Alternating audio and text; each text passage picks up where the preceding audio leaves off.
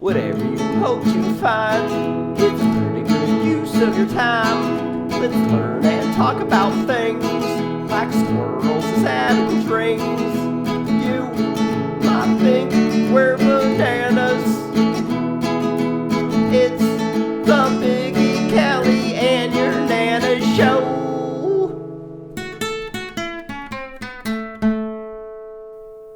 All right, welcome everybody to the Biggie, Callie, and your Nana show. Today we're going to start off with the uncomfortable question, and we are going to have Callie read it off, considering it is his question for the three of us to answer. So I'm going to turn that over to you, kind sir. So I actually wrote something down, which is pretty incredible because I don't tend to write anything down here. I can write too. Can you? Believe it or not. Hey man, more power to you. Yeah. That's it. That's the gift that just keeps giving. So, I would like to think that we have a decent amount of collective wisdom in this room. Wisdom, which comes from truth. Stop laughing, Nana. Wisdom, which comes from truth, honesty, and experience. Right? I wasn't laughing. I like the way you were explaining that. Continue, please. All right. Well, that said, I want to talk about vulnerability and what we're most insecure about with this podcast, and what is that we hope to gain personally from our time together each week, and how we're going to challenge that insecurity on our show. Because we got to remember, growth only comes from conflict. Are you saying you want us to argue? Conflict doesn't have to be arguing. Okay. Does it? Mm-mm. No. Smelling that pipe over there. All these vices. I'm in a room of vice. You got to get yourself something. Get yourself a nice little tacky addiction, like the rest of us. Oh, trust me, I've experienced some things. Okay, so I will go first. Never had a pipe addiction though. Tobacco. Pipe. But it's tobacco. Or any pipe. I mean, it could be talked about like a crack pipe. Any pipe addiction. But it's tobacco. I know. It's fine. I've never had one of those. Oh, that's picking up in the mic. All right. So, on to the question. Okay. Biggest insecurity that I have with doing this podcast is as follows. 1, my breathy sounds. 2, I don't want to sound stupid even though I know I'm gonna. Because we all do eventually about something. Nobody knows everything. 3,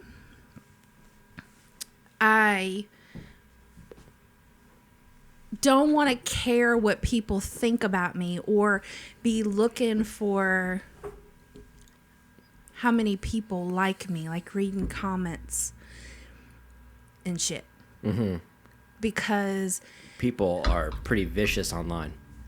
well, also you're taking your self-esteem and you're putting it out there into the void, and you're letting it seesaw with each person's point of view. So you're like giving it to them. Yeah, because everyone has like, a different worldview. Yeah, so you're like, well, this one likes me good. I'm happy for this 2 minutes, and then somebody hates me. Now I feel shitty for this 2 days. So I don't want to care about that kind of stuff, which is why I don't really do social media anyway. Mm-hmm. Well, no, You're staring. I don't either. Yeah. I stay away from all social media. Well, the thing about me is that I Which is funny because we're doing this. Yeah. But I do look at stuff like that. So, like, I have a compulsion that I have to resist. Because, of course, you want people to like you. Of course. Got a post and ghost. Is the strongest human somebody who just doesn't even give into it from the word go? Or is the strongest type of human somebody who recognizes that tendency within themselves and then doesn't engage? Who's stronger? Let's see. Well, see, I think that's kind of what I was thinking, because it takes a certain amount of strength to allow yourself to be vulnerable, right?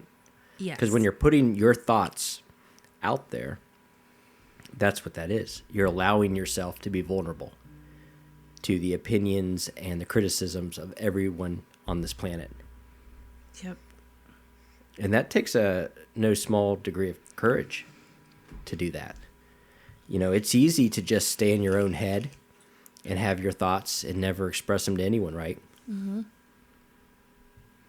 And that's, you know, with me, that's kind of the way I am too.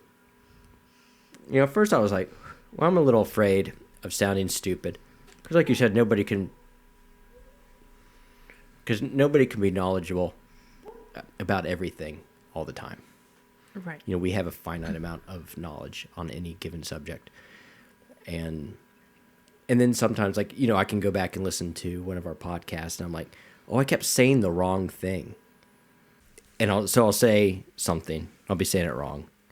And then I'll go back and listen to it. And it's like, oh, well, I was talking about, well, I think last week we were talking about religion and talking about having, like, God outside of time, right?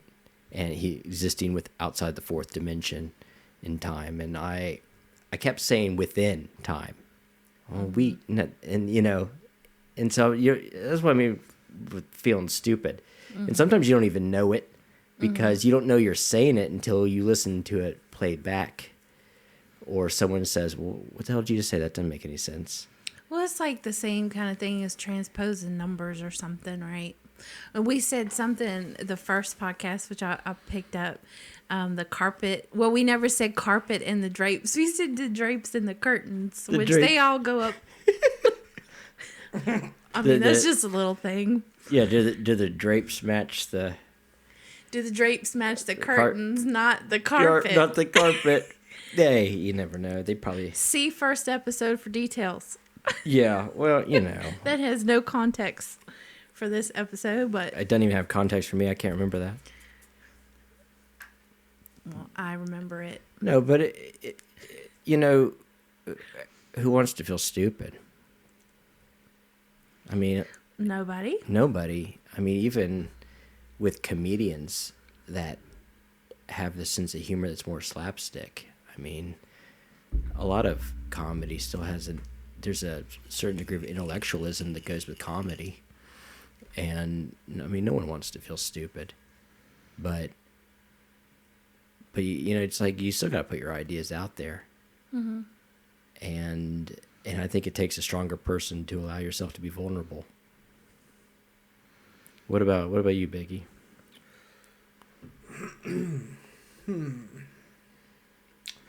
Well,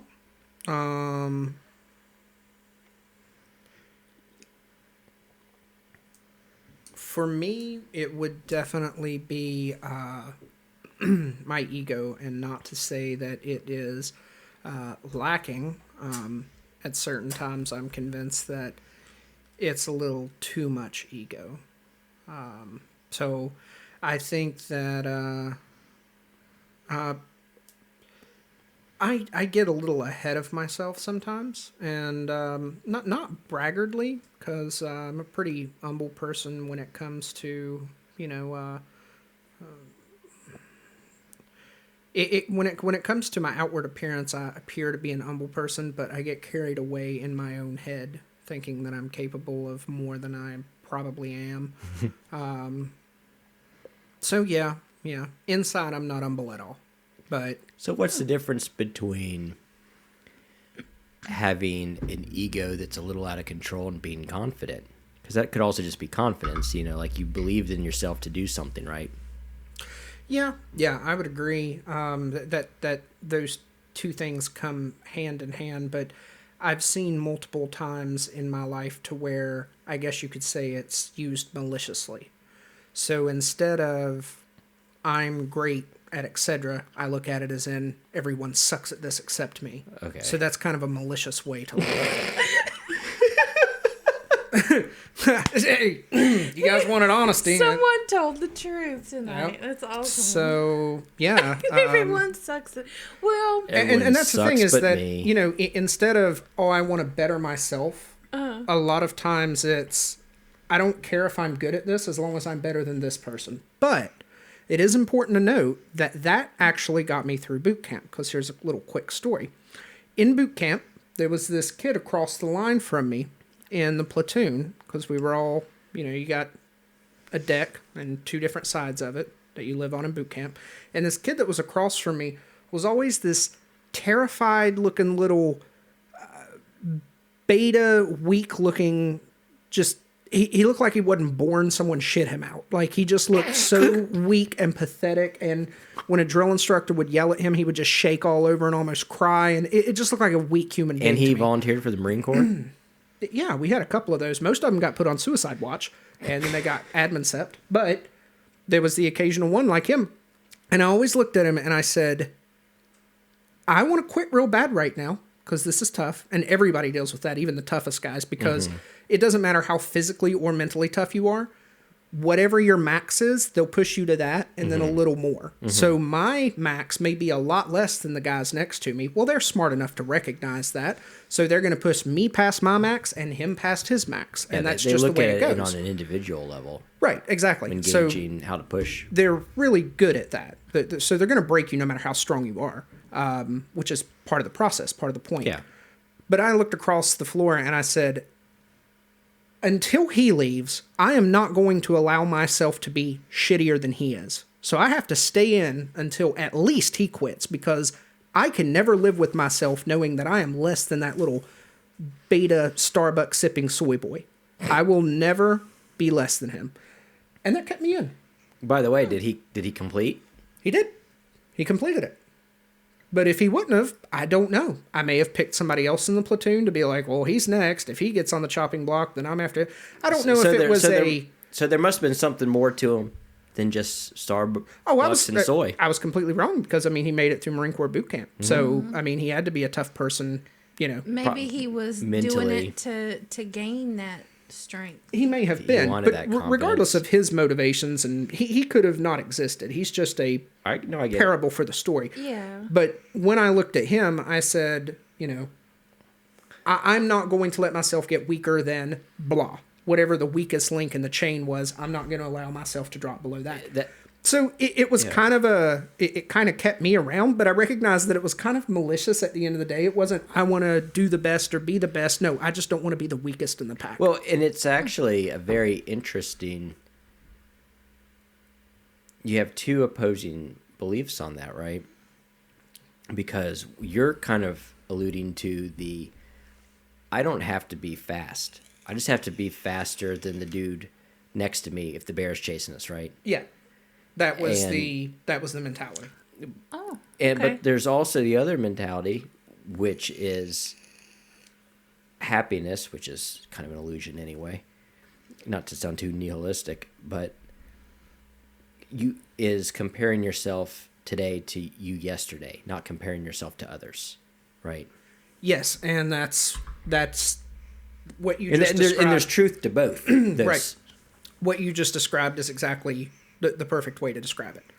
I don't compare myself to the me yesterday or a year ago. I compare myself to everyone else. But that's And who that you I should have to. probably be comparing yourself to, is just yourself. Exactly. So I recognize it's an issue, but Did that's, you how did you interact with this fellow?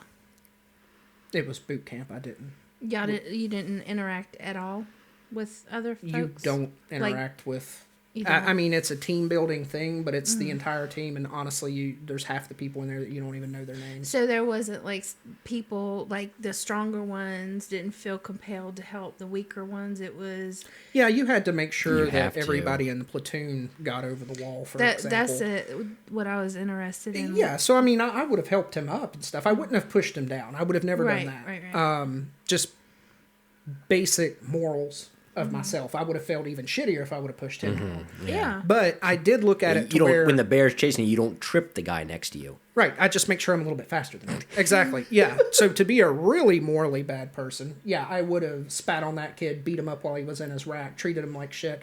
But then if he ended up quitting, now that just took my reason for me staying in. Yeah. So it would have screwed me over. Well, because who wants to be a Marine if they're not a team player? That's true. Yeah. I mean, you've I mean, got your survivability depends on being a team player. Yeah, 100%. So you really didn't like make friends with him. You just sort of watched him, like observed him. He was my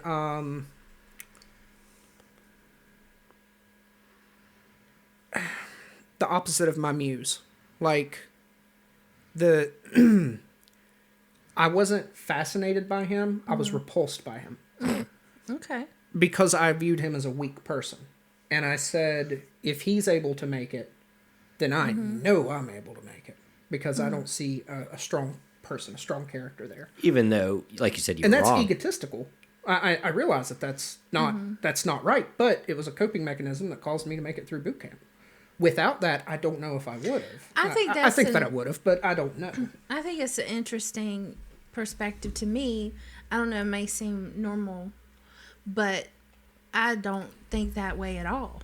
But I could see how that works.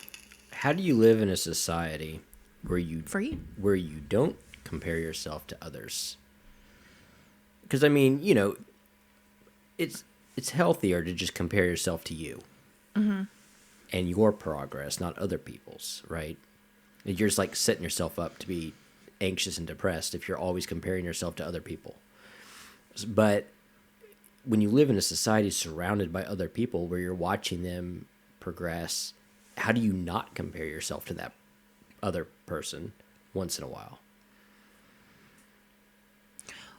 I mean, it's kind of a rhetorical question, right? You don't have to necessarily answer it, but No, I think it would be inhuman to not do that. I think that's a natural... I think you just have to be aware. Yeah. We were talking about that the other day in an opening kind of... we have these things at my workplace that are like little icebreaker type things when we're doing any types of meetings. And this was just me and like 4 other people. And in this one, they were talking about implicit bias, stereotypes, things like that. And they said, how do you avoid having those? How do you get rid of those? And everybody had their nice, sweet answers of, well, this is how I'm not biased. This is how I get rid of stereotypes. This is, et cetera, et cetera. And when it came to me, and I can see your displeasure in those answers because that was mine. Because I consider them to be disingenuous. Exactly. When it came to me, I said, the question should not be phrased of how do you get rid of stereotypes, because the moment you get rid of stereotypes, we'll find your body floating in the river somewhere. Mm-hmm. Because when you walk down that dark alley with a bunch of people, you know, rolling dice and drinking, and you're a 21-year-old blonde-haired girl, you're probably going to get raped and murdered down that alley. Yeah, and we just got demonetized. Stereotypes exist for a reason, though. Stereotypes and bias does exist for a reason, and they're essential to human nature. They're essential to the survival of our species. Because if you go out into the jungle and you have no bias about any particular situation, and you walk down a certain path that you know people have been murdered on, now that panther is going to reach out and grab a hold of you. And now those people that you automatically see and distrust, and in the back of your mind you say, those don't look like trustworthy people, and you get around them and you let your guard down, they'll murder you. So those things exist for a reason. The question should have been phrased as, how do you not allow that to dictate your actions against that person? Yes, and the answer to that is awareness. Right. You have to be aware of your biases. Mm-hmm. You have to be aware of the stereotypes that in your worldview that you've developed over time, because then you can stop and say, oh, I'm judging this person based on my worldview, my scheme of how the world operates, and I'm ignoring their individual experiences and who they are, right? Exactly. Yeah. But what you said is 100% true. It's evolutionary. Judgment is essential to our survivability as a species. Well, naturally, when I did that follow-up, the next person in line was like, I don't know where to go with this now. And I was like, well, because they were just looking for the easy, socially palatable answer. And Right. that's where these work things lose people, because first of all, I think the way you do, of course stereotypes exist for a reason. So I'm like, I call bullshit there. Well, because they have to exist or then they wouldn't exist. And then mean, I call bullshit on if there's why. if there's not enough people Mm-hmm.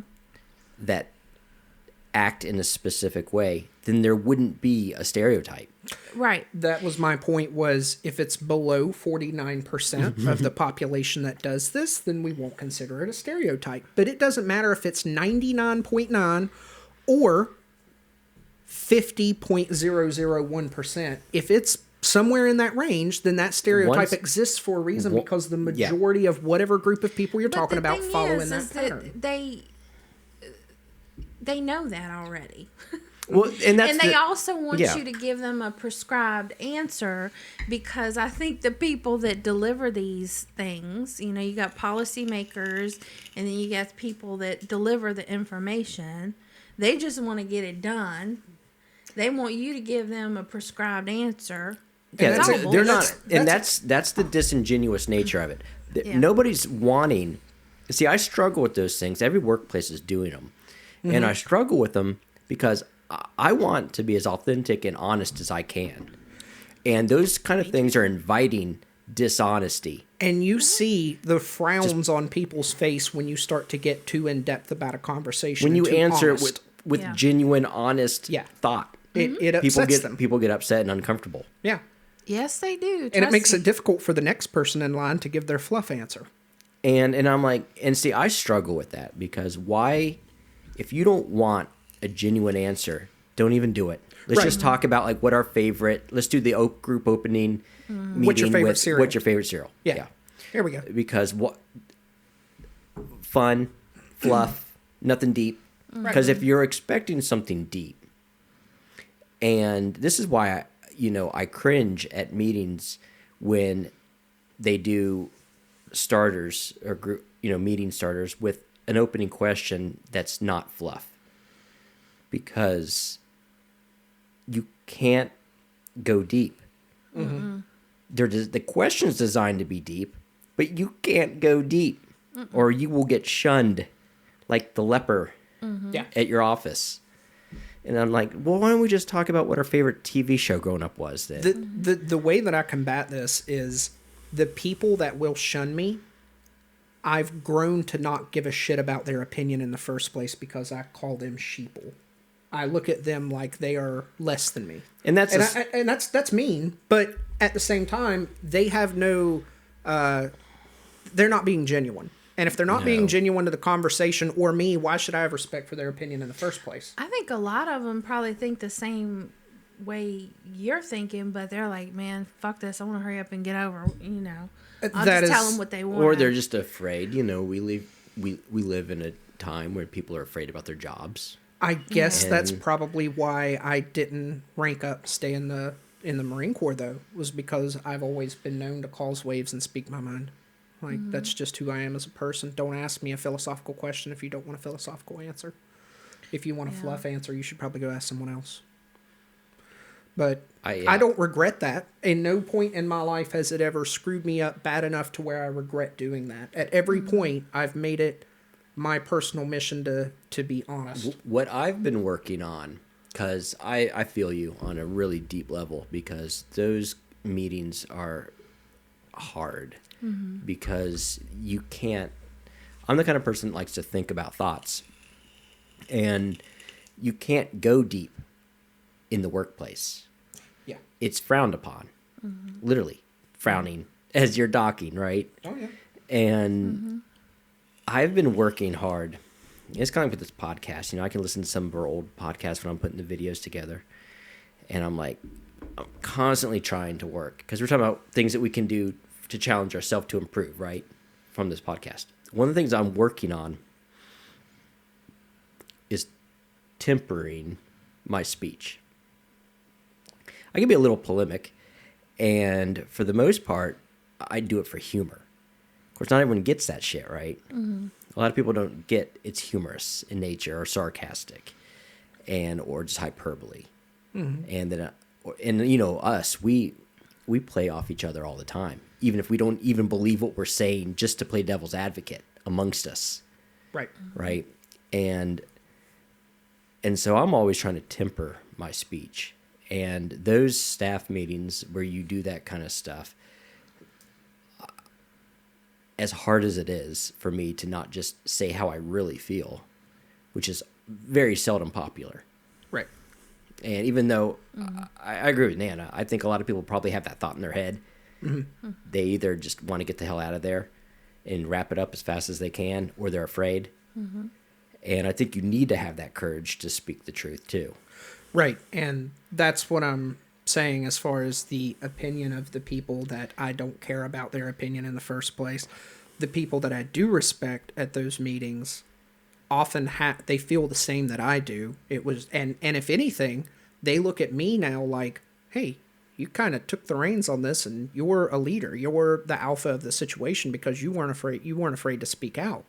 So I think that bolsters your position in the pecking order to a certain extent. So I don't do it for that, but I know if I hear them give the honest answer, I now look at them to where I have a little bit more respect for that person. That person just made it a little bit higher on my list to where I would trust them in a real life emergency situation. You think so opposite from me is fascinating. It's cool. Really? Okay. What's your opposition? What do you think? It's not opposition. It's just completely different. I never even consider pecking order because that part of me that is like competition. I suppress it because I have such this like evil ass ego. So that's a similarity to Biggie. It is kind of similar. That's why you appreciate his honesty about it. Maybe because I totally think about things in relational terms. Like the way I navigate those situations is I'll pick a couple of people in the group that I really think they're just automatically authentic, or maybe they're better at something than me, and I'm like, okay, I could learn from this person, and I'll open up to those kind of folks. And then it's not that I think the others are less than me. I just don't entertain it. I let them think whatever they want to think. But I very seldom think about that in terms of pecking order. But where I think it depends on what your motivation is. Like my motivation when it comes to helping my clients, then you will see me stand up. Mm-hmm. But for something like that, it's interesting though, I guess how leaders become leaders, maybe. Like that's a good thing. I'm not criticizing it at all. Right. But it's just a different kind of motivation. Right. Am I I'm on that one? Yeah, I get it. I'm thinking of why I would feel the way that I feel, and I think that it's a combination of two things. One, I grew up in a very, I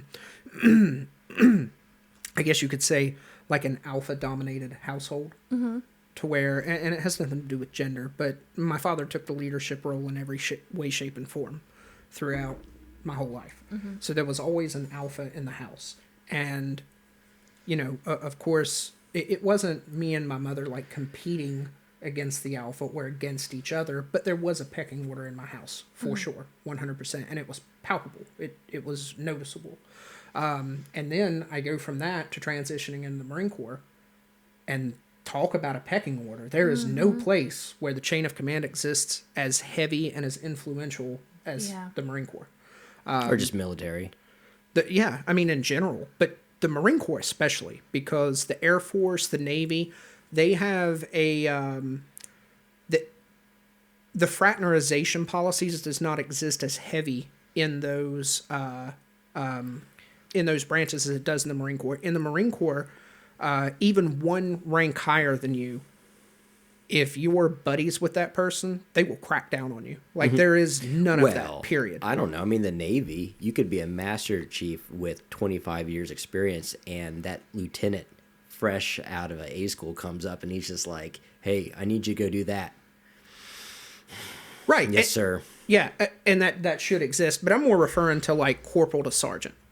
You know, one rank apart, and you never, like, for example, when I was on ship with the Navy, trust me, I love the Navy. We spent all day out there busting rust on chains for the Navy, on these anchor chains. All day sitting there busting rust. And the captain of the ship walks up to us, and it's like 15 Marines down there scrubbing the hell out of these, all pouring sweat. We're in Central America, and he's like, what are you Marines doing? And we were like, we're busting rust on this chain. And he was like, why? And we were like, our staff sergeant told us to because we looked like we were comfortable. And he's like, y'all realize that chain's rusted through the whole thing? It's a chunk of steel. You ain't going to get down to the fresh steel. It's rusted the entire way through.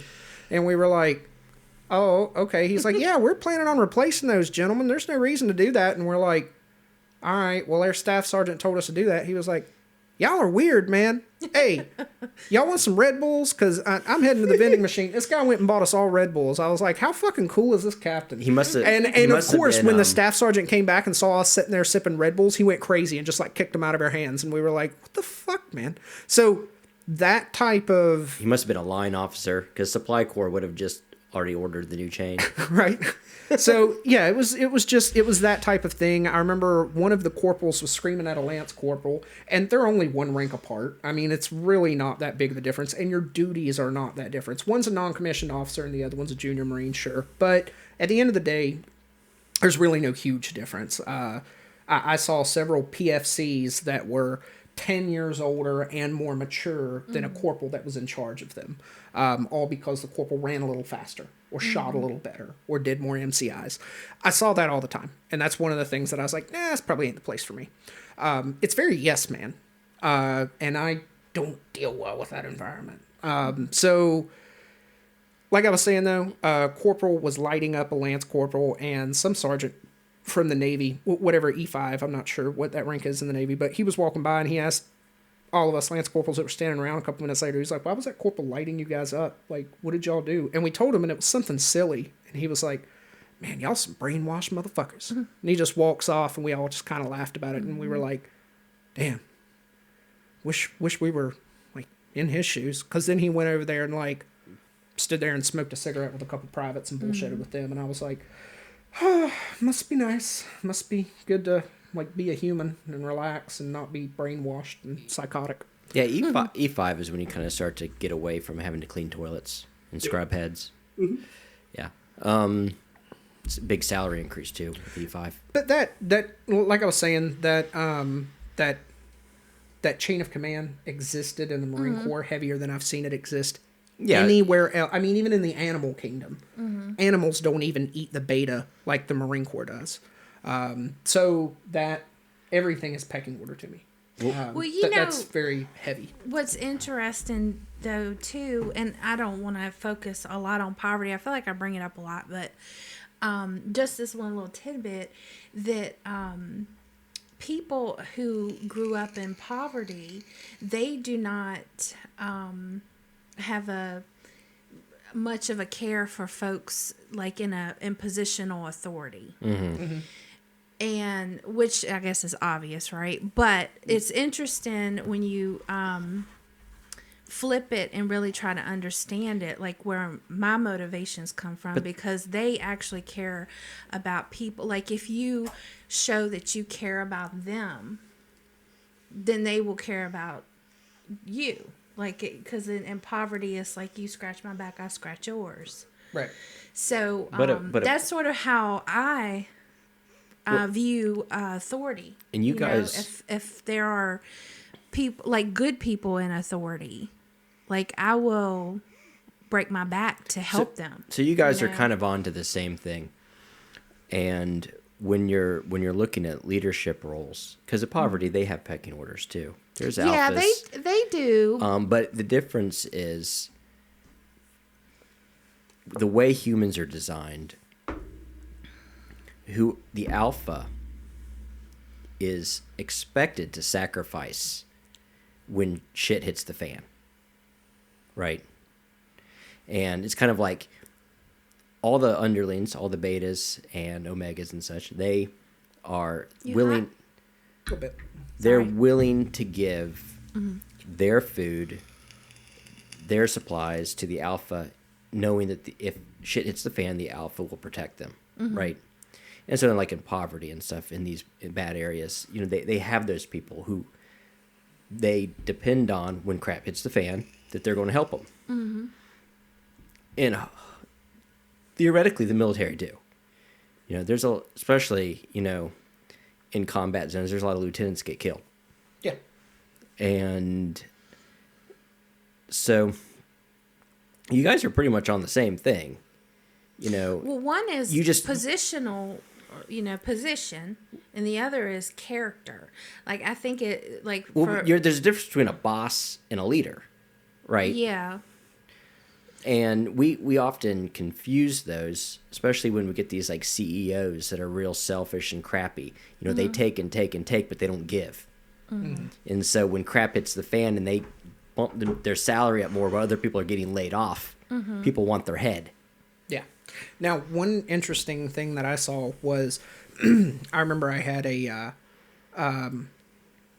sergeant who was very cognizant of his job, but also didn't care to kick it with us, and very cool with us, very down to earth. The Marine Corps didn't like him because of that. He didn't want you fraternizing. Exactly. And that was one of their biggest things that they were harping on this guy about, trying to literally get him admin-cept. He was going through this long-term thing. And the other sergeants didn't have any respect for him. But the other sergeants that treated us all like shit and didn't treat us like human beings and just didn't care about us as people, when they told us to go do something, we would slack off the entire fucking day. We refused to work hard for those people. But this guy, who was a shitbag in the Marine Corps' eyes, we would go so above and beyond to make his work look good. Anything that he had to do with looked awesome because of us, because we recognized that he was a genuine good person. Yep. And the other guys were not. They were there for the money. They were there for the position. He was there because he wanted to get this job done and do it right, and for everybody to not be, or to be less miserable, as least miserable as possible. So I think that was a really important learning experience too, because I watched, it wasn't just me. I did it unconsciously, and so did everybody else. But when you step back and looked at it, I was like, wow, look at the results he gets as a leader versus the results these other guys get as a boss. So, Yeah. so what is it that you want to work on yourself with this podcast? Oh, for me, definitely It probably has something to do with your ego, right? internal ego and internal humbleness, whatever you would want to call that. You just want to work to be more humble. So Yeah. you said that Internally. you behave humbly. Yeah, Is that so that you'll be liked socially? probably. Yeah, because I've been egotistical before, especially when I was in the Marine Corps. Well, Granted, I was shit hot, but I let everybody know, and that doesn't play over well with other people. yes, the guy People that get gets irritated. fragged in his tent. Yeah, exactly. Yeah, friendly fire. You think you're shit hot? Okay, let's see. Yeah, And now, of course, if the guys next to you knew that push came to shove, you would throw yourself on a grenade. That all goes out the window. yeah, 100%. And I wasn't like that the entire time. That's an early stage thing. You can- You're because- talking about the course of only 4 years, but in that 4 years is wrapped about 10 or 12 years worth of life experience. Because you go through intense shit. It's not college. It's not working at Wendy's. It's everyday life and death, everyday big decision type things. Right. So so when I say I only spent half of my time being an egotistical prick, granted that was only 2 years. It was the equivalent of 4 or 8 years that I spent psychologically. Well, and that's what I was talking about. You can have that hot shot mentality, but when push comes to shove, if you're going to sacrifice for the people under you, that respect will be there, and you will have earned that hot shot mentality. Oh yeah. Now, if the gunfire starts and you go hide, everyone's going to hate your guts because what are you? You're no leader. Yeah. You're just some guy running his mouth. Yep. And the crazy thing is, as good as boot camp is at filtering out the people that have characteristics like that are less desirable, as good as it is, people still slip through the cracks. No system is perfect. Yeah. But you knew those people. You learn them quickly.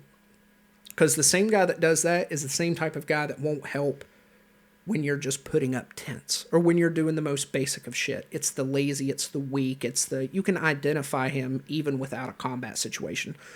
But when bullets start flying, of course, you know that is the person that if he's out there,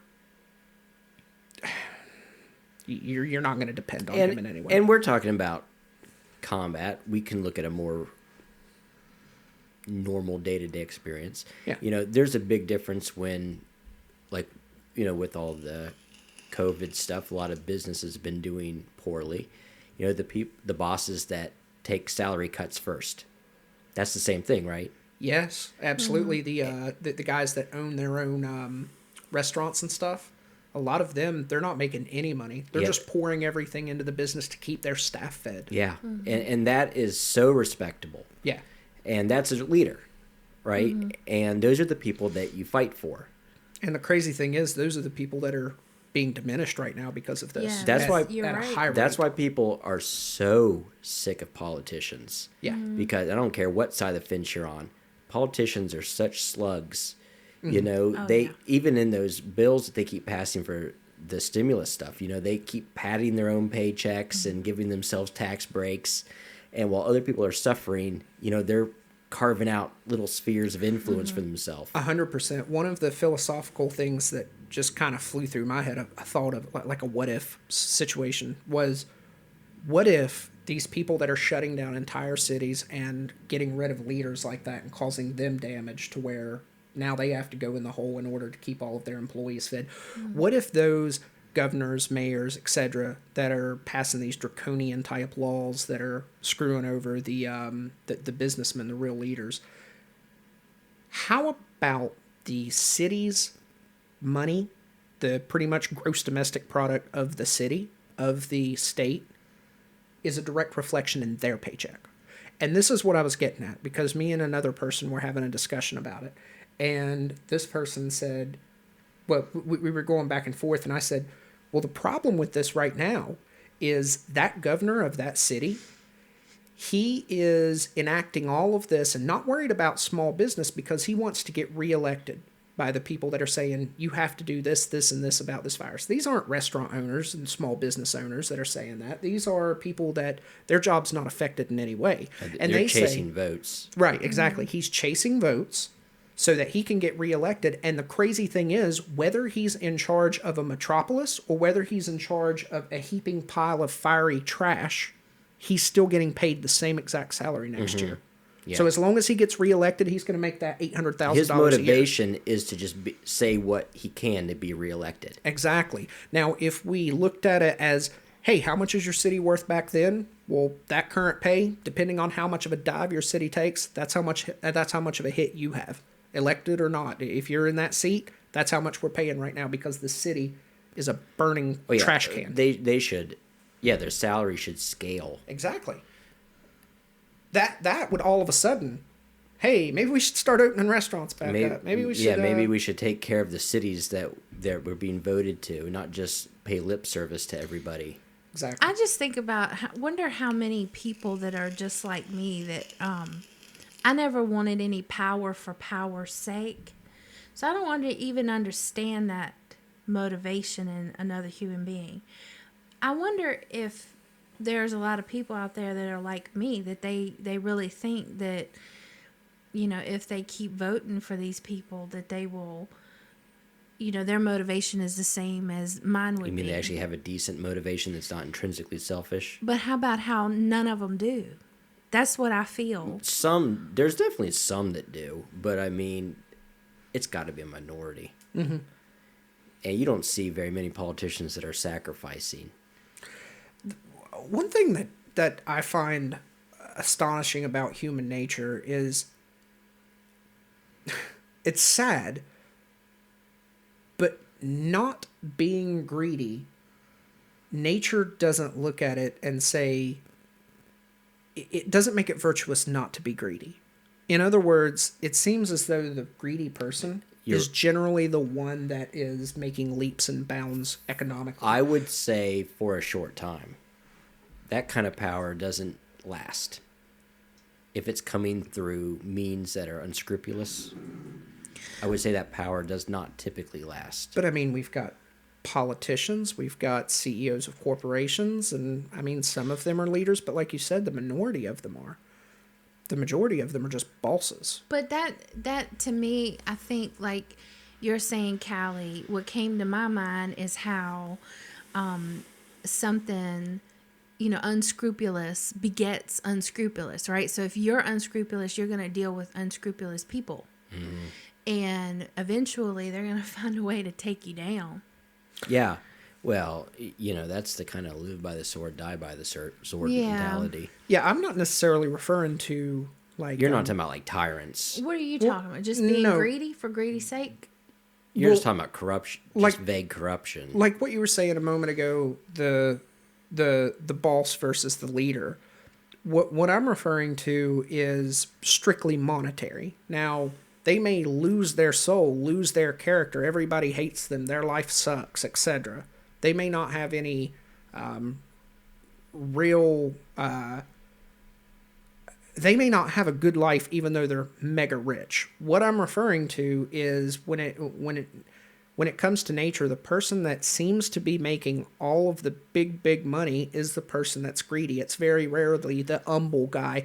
Now, granted, that greedy guy who is making all of that money probably doesn't have a great life. He doesn't care about anything except his money, but that's just kind of funny how that's just the way that works, is if you spend all of your time and effort making money but not giving a shit about relationships, that's exactly what you're going to have at the end of the day. You end up with a relationship with your money. Exactly. You get what you want. Yeah, you live in that ivory tower by yourself. Yeah. So it's just kind of funny that nature doesn't balance that out. Nature says, well, no, he that's all he gave a shit about was money, and now he controls all of it, and he controls you. But everyone hates him. That's like Michael Jordan, right? Did y'all see that Michael Jordan series? All right, well... Just explain it to us. We're not sports people. Yeah. I'm not either, but I was just like...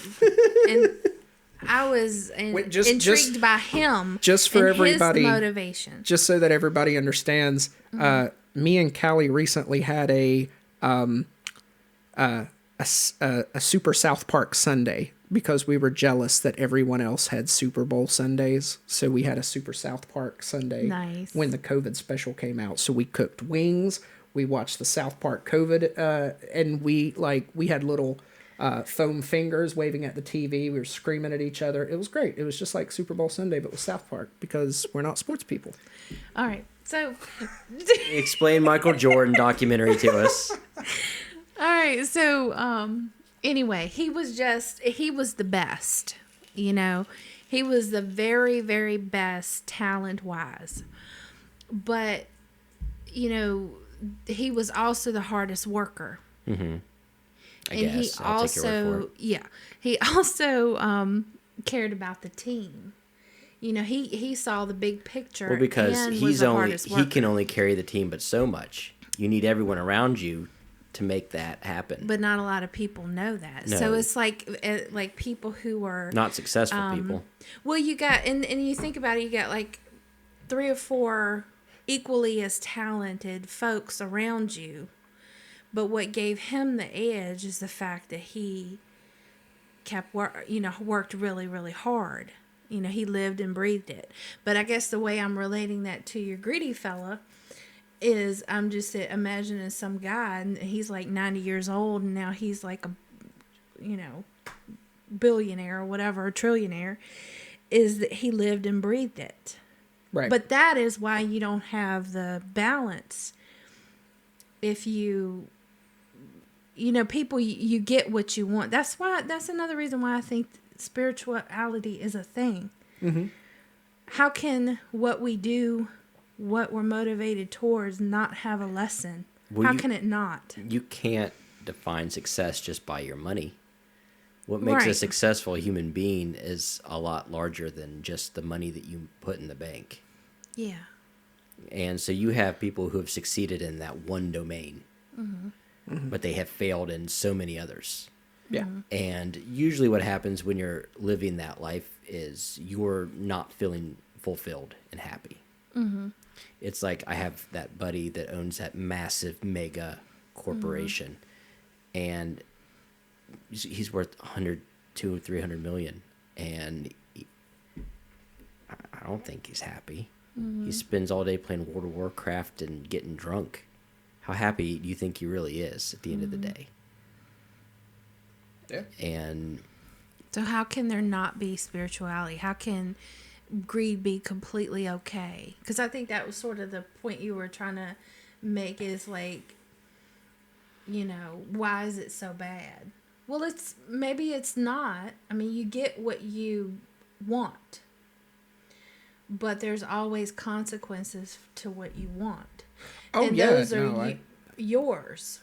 Yeah, no, I was saying, I don't know though, if I'm that... making sense. yeah, I get it. No, I was saying, though, that maybe you misunderstood me, or maybe I'm misunderstanding you right now, but no, I don't think it's a good thing. Okay. Well, I thought maybe you were, not that you thought it was a good thing, that you thought, well, it was a neutral thing, which I think it kind of is neutral. But at the end of the day, it's a neutral thing to be greedy and want money. Why not? Mm-hmm. But at the end of the day, when it's all said and done and you're 90 years old, Your kids you hate can you judge if it was good or bad Right. at that time. Yeah. Yeah, I don't know. Me, I just think it would be terrible. I mean, it's person to person, but for example, myself, if I had, for example, just a couple of friends and just an infinite amount of wealth, I think that at the end of the day, and this is me specifically, for no one, everyone else disagrees with this, and I get why, it's just me specifically, I don't miss having kids or a wife or anything like that. Like, that's not real high on my priority list. But financial independence, like to a major extent, as well as friends, would outrank children and a long-term spouse specifically. I get it. Well, So, I mean, yeah. those are things that I care about more, and I think that it refers to person. What is your priority sets Yeah. as a person? And like we talked about, it might have been the last show, it might have been a couple shows ago. You can only take yourself where you're at right now. Because I have a feeling that all the people that focus so heavy on their career and they don't really have kids, they don't have a family, they put it all off, or they never, or they miss the boat completely because there is a biological clock that exists. I think for a lot of those people, it probably hits when they're older. Right. Because I think of my parents in retirement getting to enjoy their grandkids now. And when you get to the age where you start to feel alone, and Stop telling my life story. Oh, mine too, 100%. So, I wasn't telling your life story. It felt like it. Well, I was speaking in general terms. So what are you trying to sell us? well, no, I'm in the same exact. I'm in the When I exact same was boat. your age, those were my priorities as well. Well, we Nothing live in wrong a with it. society that pushes that. That your career and your wealth are what's important. Yeah, but I'm well past the age where I should really care about that. Like, for the vast majority of people, your late 20s, probably mid 20s, is when you start thinking about wanting a family. Where I'm from, actually, it's even No. earlier than that. Especially not for a man. It's even Yeah, no, it's even for later a man, if you're doing this in your 40s, that means your wife's like 35, which is not a great age to have children. not your first kid. No, biologically, that's not a good age to Nana's have. getting ready to explode here. Yeah, no, that's... So, no, if we're talking purely about biology, which is where... If we're talking purely about biology, no, you should be wanting kids by, like, your mid-20s. Like, that's actually kind of late. Realistically, you should want kids This in is your the early uncomfortable 20s. question. Well, what I'm getting at Man here is all triggered. is if I am at my current age and Yeah. I don't care about having kids or having a wife at this point, then I would just tend to say, plus, like I explained earlier with the Marine Corps, that tacks on some mental years, and I think everybody agrees with that. Nobody really questions that. So in my head, I'm a little bit older than what I physically am. But also outside of that, even if I wasn't at my current age, I think that if I'm settled to where kids aren't on that number one priority list, they're probably not going to be in the future. And I think that that comes from the fact that I've always had a very small family. It's friends have been more important to me. My friends in the Marine Corps. I have no brothers, no sisters, no aunts, no uncles, no cousins, nothing to speak of in that regard. So outside of my parents, I've had to make family out of my friends. So blood relation doesn't matter to me. Never has. And I don't think it ever will. I don't think that's an age thing, in other words. I think that's an experience thing. I think it's safe to assume that evolution plays a factor in that too. There are people by nature that are not driven to have children. And I think, especially, I think of like combat roles in the military. Someone who has a warrior mentality, who's willing to die at a young age in combat. You know, it kind of makes sense that those people wouldn't necessarily want kids either, right? Yeah. Because then you're just abandoning this world and your family. Right. And so I think evolution probably says there are some people that need to not want that. Right. Now, I could be totally wrong here. This is just a theory. No, I mean, psychology-wise, that would make sense that you would need those in a group of people. Do you feel bad that you don't want those things? Do Not you at feel all. like it's odd? And I do feel like society wants me to feel that way. 100%. Because everybody I tell this to, they're like, just give it a couple years, Bubba. And I'm like, guys, I think I'm already got most of this stuff And figured it could out. also be because you have not found a significant other that you even want to have family with. That does have a lot to do with it, but I think even if I did run across that, I'm looking at two different things here, and this is me going back to me being a logical kind of guy, is for one, our population on planet Earth is already more than enough. Like, we're very comfortable. A lot more, whatever, a lot little, a lot less, whatever. I'm saying that we're definitely not on the extinction list anytime soon. Yeah, we could lose a lot of people and be in no threat of extinction. Exactly. So, I mean, we've got a very healthy population, if not too many. Too many, probably. So, with that, and with, what was my second point? That and the fact that I haven't found a significant other that I feel comfortable with, and I've built up these walls based on the people that I've been with in my past. I don't trust anybody or the world enough to have a child. So I've got three things working against me.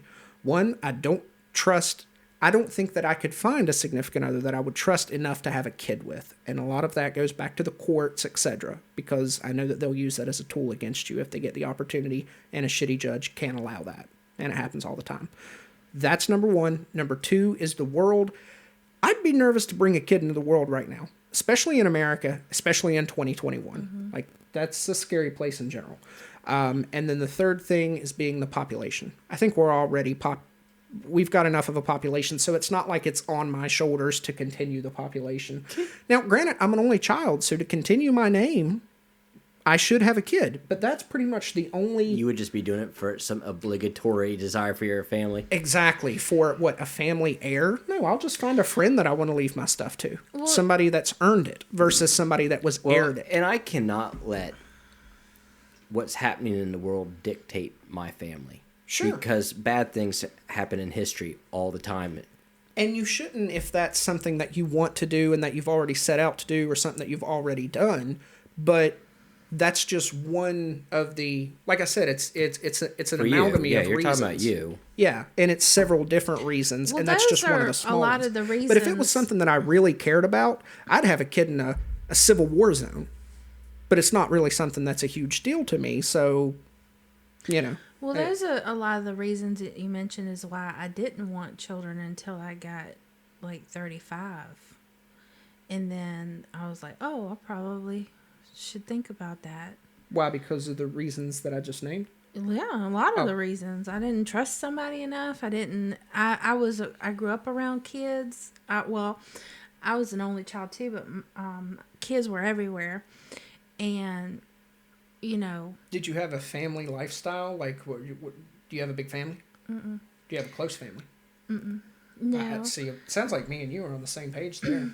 Yeah, but then but see, I guess the difference I'm trying to make is that you might not have to worry about that because, well, me as a female, you know, I do have a literal clock.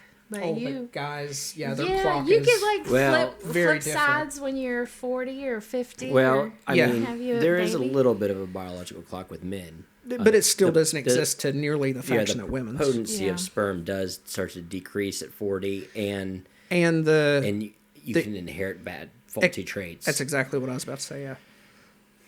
So that's a possibility. But, Well, I think it's okay. However you choose to live your life is okay. I think it's wrong for people to put pressure. I can say on my... would you say that it's fair to make the assessment, though, from my point of view, that society does pressure you to do those things because those are normalized? See, I feel... Yeah, oh, for sure. See, that's funny. Yeah. That's worldview, because I feel like society is telling people, put their career first. Well, You don't need a family. There's too many people anyway. now- when you're Nowadays, talking yeah. people 25 and less, yes, absolutely, I 100% agree. But when you're talking people 30 and over, on Yeah. average... I have a feeling, though, you're going to meet a whole generation of elderly, lonely people that wished they had kids. Well, see, that's what I was That's trying possible. to get to is that I wish that I had an accident. I used to be like so in my head, like, you know? Yeah.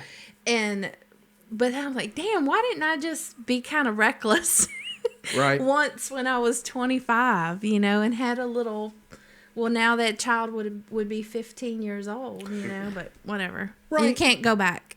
But yeah, and this isn't an opposition to that. This is just more of a gender difference. Is that if you would have had that happen, then certain things would have been positive, such as you had the kid, you continue the family name, etc., etc. So those things would have been positive, and you have somebody to grow old with, etc. But on the negative aspects, pretty much the biggest negative aspects was you may have taken a career hit, you wouldn't have as much money to spend on yourself, etc., which are all okay, regardless of which way you go with it.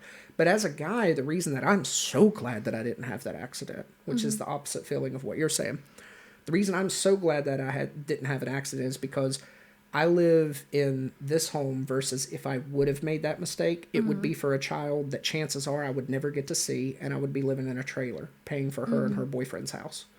And that's something that I have been adamantly opposed to, is ever paying someone that doesn't deserve that money.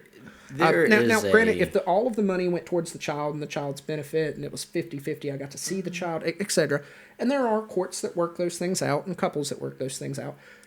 But that's the rare exception. The vast majority are What you're talking not good about for the guy. is a form of privilege that women have over men, and that is the courts almost always side with the woman. And it is scary for a father to think my child could be taken from me, not because I'm a bad father, but just because 'Cause you're she ain't a in dad. love. Yep. And that is a very terrifying experience, and women do not have to worry about that on the same level unless they are an absolute train wreck. I mean, like Yeah. snorting coke and Because that's about the only way Gangbangs. that you'll have the child taken from you. And sometimes, even in those situations, sometimes even they'll not. still even side with the woman. Exactly. You can have a guy who's a business owner, got his head screwed on straight, got enough time to take care of and raise the child, and they'll give it to the drug addict mother who's already That's gave the first three a away. terrible double It- standard. well, It's I sad, agree with and you that guys on freaks me that. out. So Yeah. you can obviously tell why that scares me. Is That's because what- that's the court saying that. That's not some dude. I hear you. That's what privilege is, right? And everybody, there's so many different forms of privilege. Mm-hmm. And that's why I hate identity politics, because it's so disingenuous. You know, like if we had a staff meeting and they were talking about, tell us about your perspective of privilege, I would have to like bite through my tongue It'd be tough. because I would know what answer they wanted. Oh, thank God that hasn't came up as a question yet, because I probably wouldn't have a job. Neither would you.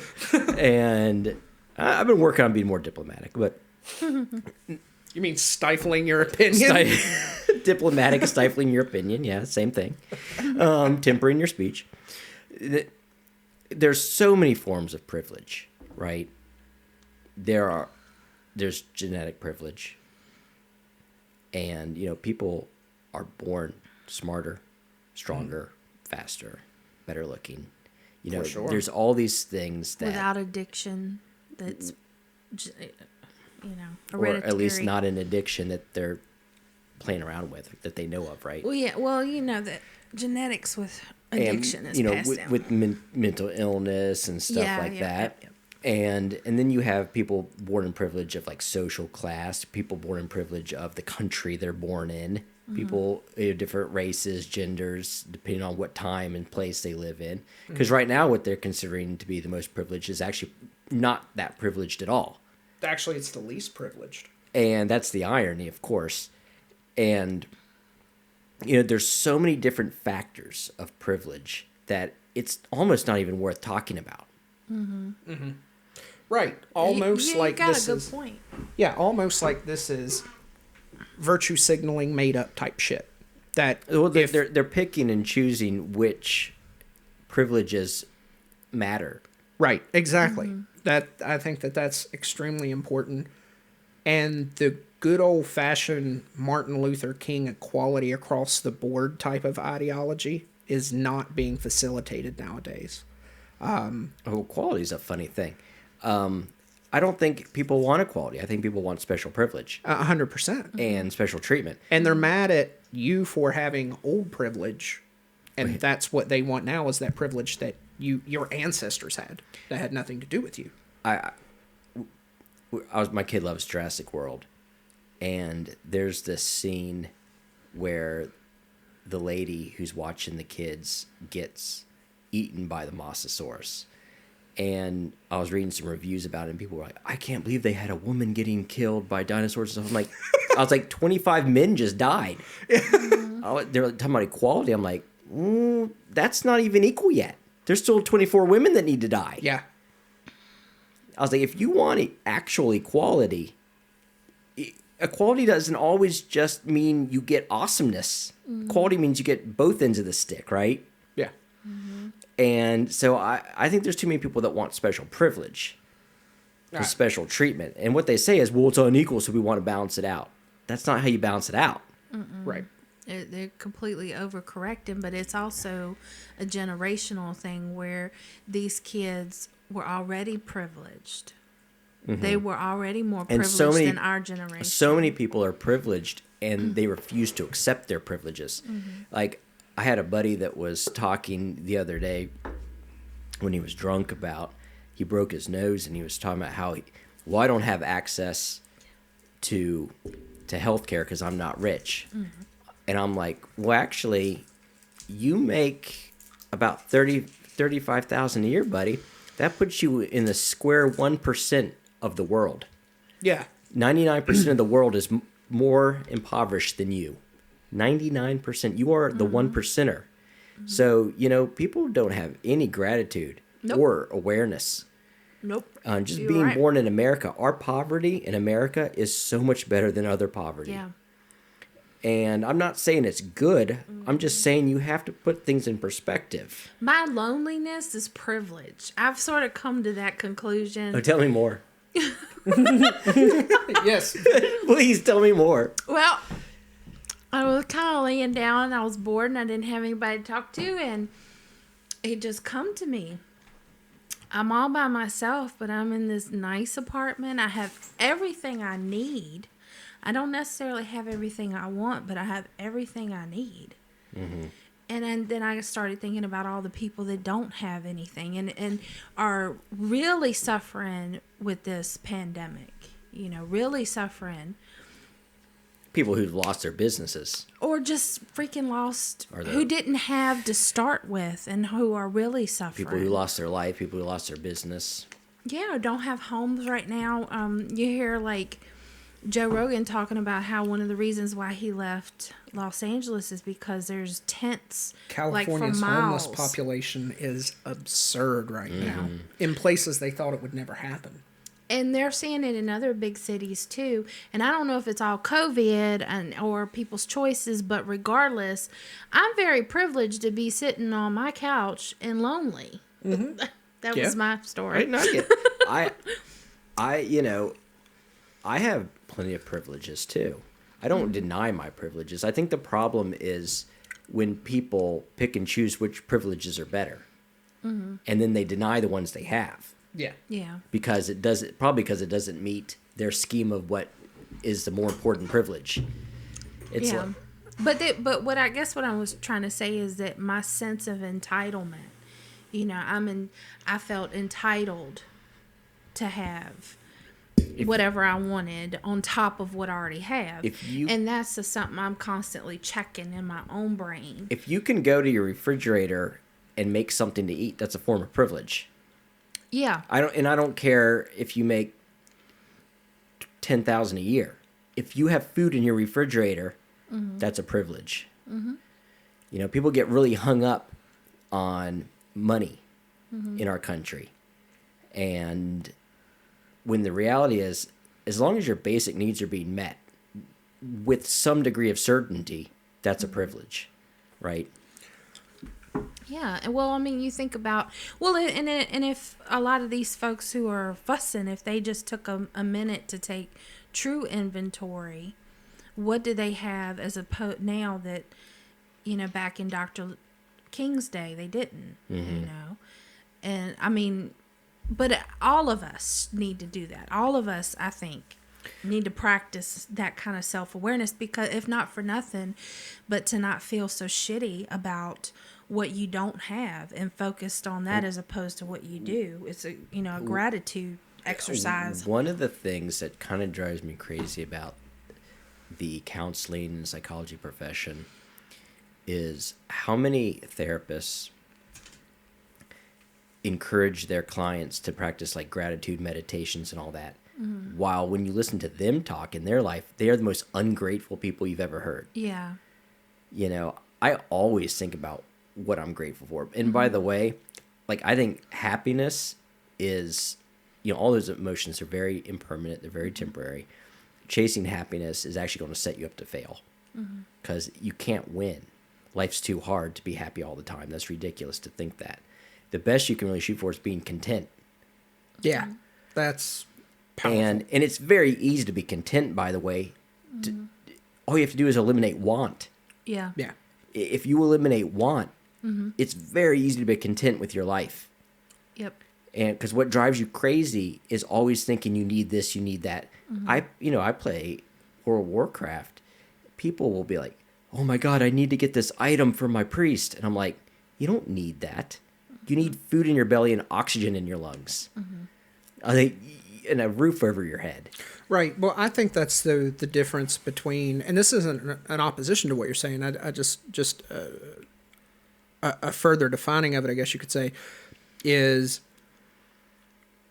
you said you don't need to reach this, you just need to reach contentment. What was the this though? Do you know what I'm talking about?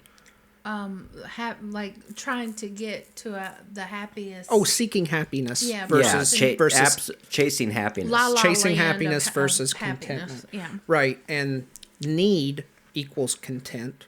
Like what you were saying, that makes sense. As long as your as long as needs, you're fulfilling your needs, as long then as you you can are, be your content. needs are met, you are content. It's when you start getting in your head and saying, I need more than what you actually need. Yeah. Right. But at the same time, I mean, and I'm not disagreeing, I'm just furthering the conversation. Productivity comes from that desire and that want versus that need. Humans are driven for more. Yeah. That's why we have airplanes. Right. And we didn't just stop at a square wheel. Yeah. Right. Yeah. No, I get it. That's something aside. But I think for your own sanity, you have to learn to reel it in. Right. You've Yeah. got to learn to respect and be comfortable with that contentment rather than those wants. If you don't get those wants, it's not the end There's of the world. nothing wrong You'll with be okay. wanting more in your life, but you also need to be content with what you have. And there's a fine balance there, right? For sure. Yeah, and to not let it control you to the point where you're just miserable all the time. Yeah, and- because you didn't get your wants. right. Yeah, that shouldn't bring upon misery. Yeah. That should just And you should then just whatever work harder you for it or accept it. and then whatever you go after to create more of, that I think that has to be approached with some kind of like reverence for the thing, not necessarily. You know what I mean? Like, if you build something, the activity of building has to take precedence over the outcome. Oh, yeah, no, yeah, the process is what humans are not designed to care about the outcome as much as the process. Because once they hit the destination, they're ready to move on to the next thing. Yeah. It's about the process. And that highlights specifically me because when I came out of the Marine Corps, I came out with a skill set that could have put me well over $100,000 a year, no questions asked, starting out without college. I chose to go to college and do this because what I did on a day-to-day basis that would have made me all this money, I didn't enjoy the job itself. So regardless of the amount that they're paying, I don't want to do that. I don't like doing that. Granted, there's a lot of money behind it, but I'm just bored all day. I don't like doing this. It doesn't give me any pleasure. So I went and found a job that makes drastically less money, but I actually enjoy my job. Like, to an extent where I would honestly say I'm one of the few people I know that actually love my job. Like, 100%. So, yeah, it's really important. Like you were saying, the means, the product, is not necessarily more important than getting it. One thing that can help people is the more humble the want, the happier you're going to be, and the more content you're going to be. The more selfish the want, the more miserable you're going to be. So people who what they want is noble are going to find themselves more content.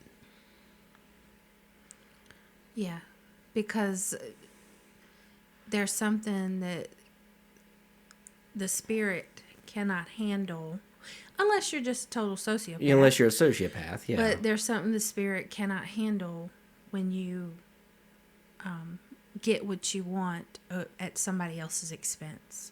We are designed for, there's an evolutionary basis for altruism also, for the general survivability of our species.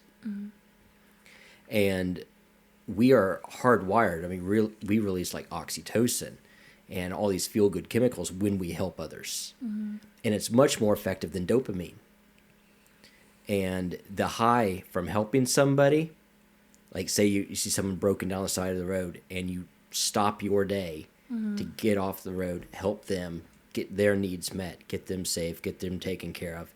The high from that is so much greater than a donut. It's like not even in the same ball game. One thing that I think that you'll appreciate, because I know that Callie is a fan of the classic Seinfeld. One of their philosophical quarrels that they had was questioning if there was such a thing as a selfless deed. And it was a beautiful episode because it makes sense. And what they said, in summary, was it's hard to say if a selfless deed actually exists in the first place. Because, if you do a deed and you put it on Twitter and everybody loves you for it, well, it's obvious what that comes from. out of it. But even if you do a deed that no one knows about, you are getting something out of it Right. for yourself. You yourself are getting something. So in that case, it wasn't selfless. You did that so that you would feel better about yourself. So So at here's- the end of the day, is there such a thing as a selfless deed? let's compare altruism and true altruism. There's a philosophical difference, right? Yep. And I would say, unequivocally, like it's very clear, true altruism exists. These are the people that jump on grenades. You know, these are the people that risk their lives to pull the kids out of the school bus before, and then they drown. Right. You know, it exists, and we see it, and that's a whole different level of awakened to sacrifice yourself. This kind of keep going back to that, right? They didn't And- make that example in Seinfeld, but that is a good example, and it does kind of explain you that, die- yes, there is a... Yeah, because that's the end. That's the Yeah. end. So, yeah, that is a good I point. mean, even if there's an afterlife, you know, that you don't give a shit about this existence in this realm anymore. I'm glad that I asked you that question because I hadn't considered that, but you are 100% right. So there is true altruism, Mm-hmm. and it's total self-sacrifice to the point where you were not alive to reap the benefits of what you did. So that true altruism is easy to digest and easy to notice and easy to understand. Yeah, they're But heroes. the other altruism is a little bit more of, is it selfless at the end? There's no way to tell unless it's that I might die. Like that element is the only element that can really signify what's true altruism versus altruism for you. See, and I would argue, and I'm not trying to stop the conversation, I'll keep going, but I would argue, what does it matter anyway? That's We'll explain that. no, I think it's a good point. I see where you're going, but Well, I don't, explain. so explain it. Well, if somebody just does something good for someone else, what does it matter if they're getting something out okay, of it? that's what you mean. Mutualism versus parasitism. Yeah, because it's help. What's the when all boats float? Mutualism. Yeah. Well, yeah, How does that you, that little saying you want to go? help the little trees grow. You don't want to cut down bigger trees, right? Well, it just doesn't for me. It just doesn't matter. If you're helping people, you're helping people. Yeah, because I've been accused of that in the past, and Whether I've had you're to getting think about something that. out of it or well, not you're is superfluous. selfish. Yeah, but at the end of the day, does it really matter? No, 'cause you're helping in the people. scheme, right? I'm I making totally, the world I agree. better, and I may You can't inspire lose. somebody else. You Right. can't go wrong helping Yeah. other people. Right. That's important. Because you're creating something bigger than you, and that is a world that's just a little bit bigger and a little bit better. Right. So, Yeah. so I guess in essence, It's never a negative unless you're imposing upon somebody else. right. You're so referring to the you- outcome, which the outcome is positive for one party or both parties, but in some way, shape, or form, it's positive. Versus what I was describing was the philosophical principle of why did you do it in the first And place. that's why I didn't So- want to stop the conversation. No, I agree. but I it's appreciate like that input though, how- because at the end of the day, why does it matter? I mean, No, if you give it's $1 million, good regardless. if you give $1 million to a charity Mm-hmm. for the sole purpose of tax break, you're still giving $1 million to a charity that right, didn't have it, right? Exactly. Yeah. Yeah. Well, that's like what's his face? The owner of Amazon, Oh, Jeff Bezos. his ex-wife. She gave a lot of her money to charity. So I She thought should. about that. Yeah, because I know how much She men did not like her, after that happened, because she became like the wealthiest woman. But of course, she didn't really At a do divorce. anything at a divorce. Yeah, isn't that fun? But she ended up giving the majority of the money away. So, does it really matter? Well, anything To nobody anything, except Jeff, it matters to that's what I'm Jeff. saying. Does it anything to take take out money the away from sting? Bezos makes me happy. You That know. guy's a piece of crap. Does it take out the sting, the fact that she got that much, or is it ridiculous that he has that much? It's ridiculous. Well, I sound like a Occupy Wall Street person. I was about to say. It's ridiculous that he has that much, and but this goes back to leaders and bosses. Yeah. He's a piece of shit, The way and that they run the company. he's not sacrificing Right. to help everybody. He's actually putting all these little businesses out. He's a monster. When people think of the evils of corporatism, I'm not going to say capitalism. Yeah. Capitalism is filled with awesome people, like we were talking about, that are taking their paycheck away to help their wait staff. Right. It's an important distinction. Yeah. This is corporatism, and we are neck deep in that shit right now. Yeah. It is, dare I say, more evil than politics. Oh, corporatism is pure evil. It is just awful. And people confuse capitalism and corporatism. And capitalism can lead to that if you're not careful. Right? Yeah. And so you have to be very mindful of that. But you also have to make the distinction, how many businesses exist in this country and how many corporations? There's a lot of really great people who run businesses that are helping the people around them grow, learn their profession so they can go out and create their own business, And they're not evil people. There's no plumber mafia saying that you have to go fix your pipes. And one of the quick, easy, shallow thoughts that somebody would beat you up for saying that with would be, well, capitalism led to that corporatism. And the problem with that is communism can lead to corporatism too. Corporatism isn't just with capitalism. Yeah. That's just what happens at the end. That is the worst scenario of capitalism. And even in socialism, you see these corporations still running the show, like in Japan. Look at Sony. Yep. How much do you think Sony runs over in Japan? Let's be real. Yeah. And Toyota and all these massive freaking corporations. No, that's human nature. There's always going to be people who take advantage of people, and they're attracted to power, they're attracted to wealth, and there's bad people that exist. There's always going to be a 1%, right? So, kind of moving off of corporatism and capitalism, which we could talk about at any other time, because it's something that we live with every day and we think about from time to time. Going back to the beginning of this entire podcast and looking at our vulnerabilities and what it is that we want to work on with this podcast, I thought we ought to just kind of close with reflecting on where we're at now. Sure. Yeah, I think that's... like it. Yeah. That'll be a good little conclusion. So, in summary, what was yours? And then we'll do Nana next, and I'll go last. Mine was being afraid to... It kind of goes back, honestly, to what we were talking about with the check-ins with the group meetings at work, where you are taking a risk to be authentic. Ooh.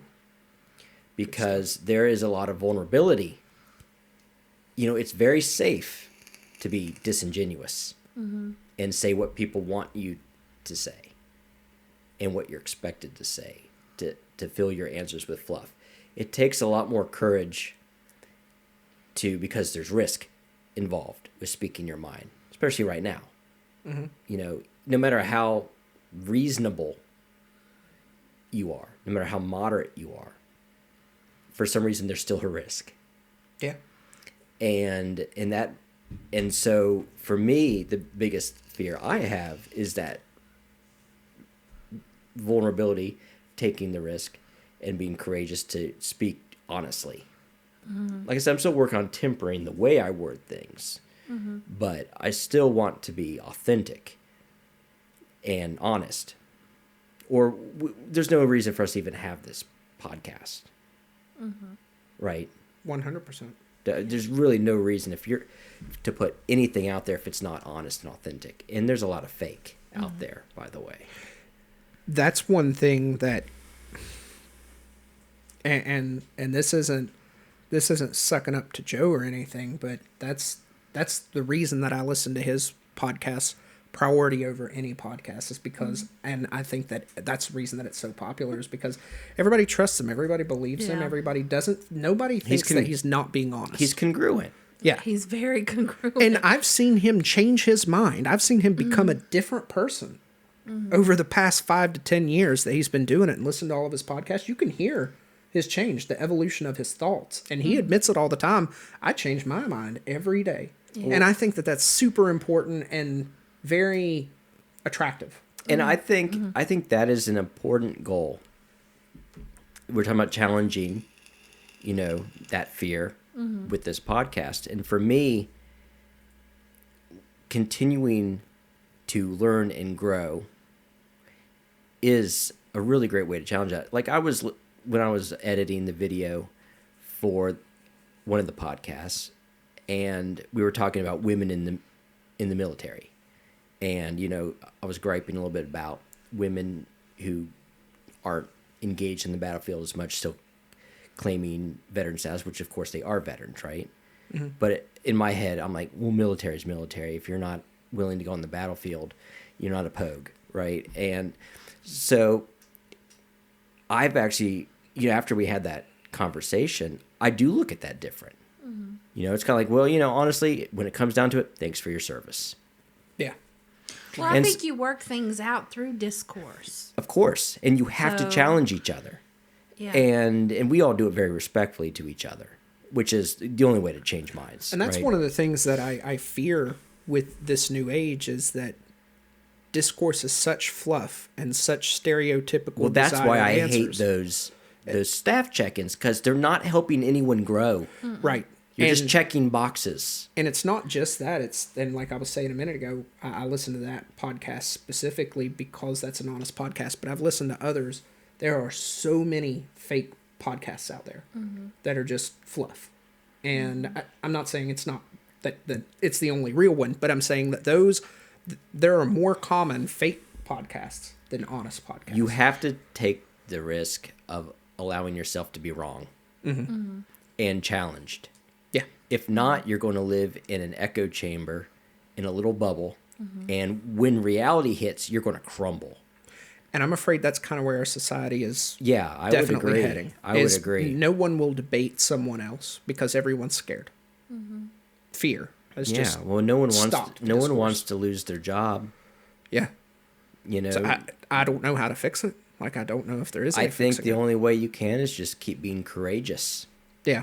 Because if you completely cave in, you're giving up all that. Yeah. And it's an illusion. Your security is an illusion. If you're giving up that freedom to express yourself, even though you may have consequence. Now, that doesn't mean you shouldn't temper what you say, and you shouldn't moderate your thoughts, because that's truth anyway. You don't want any extreme ideologies. That's how you get shit in your life, or those extreme ideologies. You want to be in the middle the best you can, because that's where wisdom is, seeing both sides, right? So I would say, in summary, your answer to the question is to, at the very least, continue, and at the very most, increase courage to speak your mind. Yeah, and allow myself to be wrong. Sure. And allow myself to be authentic.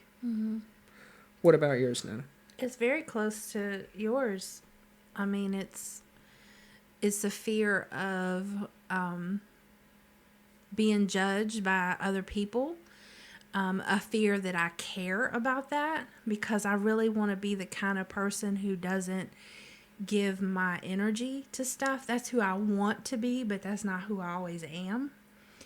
So, but in the same token, that's a good challenge for me, this experience, because if that does happen, then I can challenge myself to be better, which I'm like always trying to do. So, because like, I think one of my biggest things is I want to eradicate every shortcoming, and that's not possible, but I think it's kind of... But you have to have that goal. Cool. Or if you don't have that goal, you're not going to go anywhere. And even if not eradicate, at least minimize or mitigate the way it affects your life. Oh, man, I'm a warrior. I want to chop eradicate. It down. Well, I'm just kidding. No, I know. You gotta have balance. But you gotta go after your flaws. Yeah. You just don't have... You just can't beat yourself up over them. Yeah. Or you're going to sabotage your progress, right?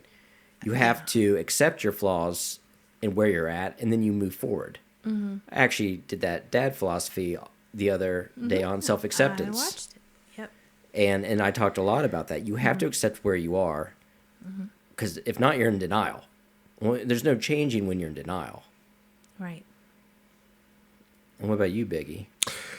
Mine is just to work on this ridiculous internal ego that I have. And expand your humility. I will say that at work not too long ago, they cracked me up because there was a bunch of words that were written on one of the whiteboards. And some of the words I didn't even know because I don't know where they pulled these words out. They must have went through a psychological dictionary or something. But several of these words I didn't even know what meant, and I asked what they were. And one of them I kind of had a feeling I knew what was, but... What was the word? I can't remember off the top of my head, but they were just... They were words that described characters of people. And one of the words up there was megalomaniac, which I thought that I understood what it was. And it turns out that I was pretty close. But when we read off, when we read off the standard dictionary, they said, yeah, these are all character words that we ascribed to each person in the office. And I sat there and stared at it for a minute. And then wow. Then I stared at all of them for a minute. And they were like, they all started laughing because the one that I had picked, which was megalomaniac, was yours. Was mine. And I knew it immediately when I read it in the dictionary because they told me to bring it up, and I read it and I just shook my head and kept staring down, and everybody started laughing, and I was like... It's kind of funny, but it's also a little dirty. It is a little dirty, but at the same time, it was kind of funny because I recognized it and I was like, I can't argue with it. But I mean, yeah, sometimes you got to hear it. Yeah, right? Exactly. So, and the thing is, I mean, to an extent, it's a flaw, but out of the other flaws on the board, I'd rather have that one. So I think that's a good closing. And that's a good closing. Yeah. So, thank everybody for listening. I appreciate y'all. We all do. And if you're ready, we'll cue the music. Thanks for listening to the Biggie Callie Show. It's been a crazy ride, and Nana's here, you know. So come on back next week and give us a friendly ear. We'll have ourselves a merry time and drink American beer.